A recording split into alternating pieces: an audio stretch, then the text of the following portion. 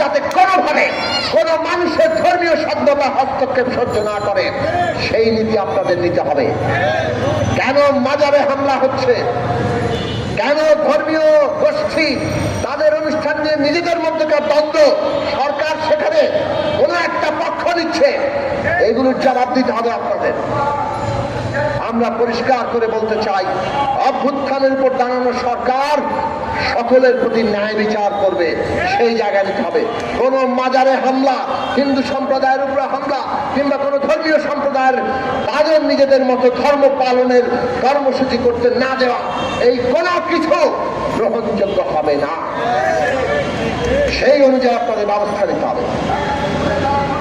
আমরা যদি ঠিকঠাক মতো ব্যবস্থা নিতে পারি, আজকে ভারত যতই তাদের সমস্ত মিডিয়া কিংবা মিডিয়ার একটা উল্লেখযোগ্য অংশ তাদের শাসক দল বাংলাদেশের বিরুদ্ধে অপপ্রচার করুক, সেইটা টিকবে না। বাংলাদেশের মানুষ সত্যের উপর দাঁড়িয়ে আছে, এই দেশ সমৃদ্ধি আর ঐক্যের উপর দাঁড়িয়ে আছে, এই দেশের মানুষকে ছোট করা যাবে না। ভারতের ব্যাপারে আপনারা যে নীতি নিয়েছেন আমরা তাকে সমর্থন করেছি, কেননা অভ্যুত্থান রায় দিয়েছে ভারত কেন দুনিয়ার কোন দেশের সামনেই বাংলাদেশ আর মাথা নত করবে না। বাংলাদেশের জনগণ চায় মাথা উঁচু করে নিজের দেশের স্বার্থের ভিত্তিতে অন্য দেশের সাথে সুসম্পর্ক তৈরি করতে। ভারতের কর্তা ব্যক্তিদেরকে আমরা পরিষ্কার জানিয়ে দেই, এই বাস্তবতা আপনাদের মানতে হবে।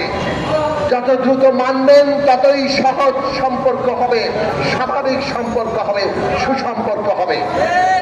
বাংলাদেশের মানুষকে আগের মতো আর ওই প্রধানত বাংলাদেশে পাওয়া যাবে না। শেখ হাসিনা যেভাবে প্রধানত বাংলাদেশ তৈরি করেছিল, মানুষ অভ্যুত্থান করে শেখ হাসিনা থেকে দেশ থেকে বিতাড়িত করে বাংলাদেশের মাথা উঁচু করে দাঁড় করিয়ে দিয়েছে। এই মাথা উঁচু বাংলাদেশ, তার নাগরিকরা মর্যাদা পাবে। কাজে সীমান্তে এতদিন যেভাবে গুলি করে ফেলানি সহ আমাদের দেশের নাগরিকদের আপনারা হত্যা করেছেন, যেভাবে ফেলানির লাশ ঝুলেছিল, মনে হচ্ছে বাংলাদেশ ঝুলে আছে, ওই অবস্থা আর মেনে নেওয়া হবে না। এখনো সীমান্তে হত্যাকাণ্ড হচ্ছে। অক্টোবর মাসের শুরুতেই পররাষ্ট্র মন্ত্রণালয় ভারতীয় হাই কমিশনে চিঠি দিয়েছে যে অবিলম্বে সীমান্ত হত্যা বন্ধ করেন। এখন পর্যন্ত সেই সীমান্ত হত্যা বন্ধ হয়নি। কয়েকদিন আগেও সীমান্তে বাংলাদেশের নাগরিককে হত্যা করা হয়েছে। আমরা সরকারকে বলি, ভারতের কাছে জবাবদিহি চান, কেন তারা এখনো এই সীমান্ত হত্যা বন্ধ করছে না।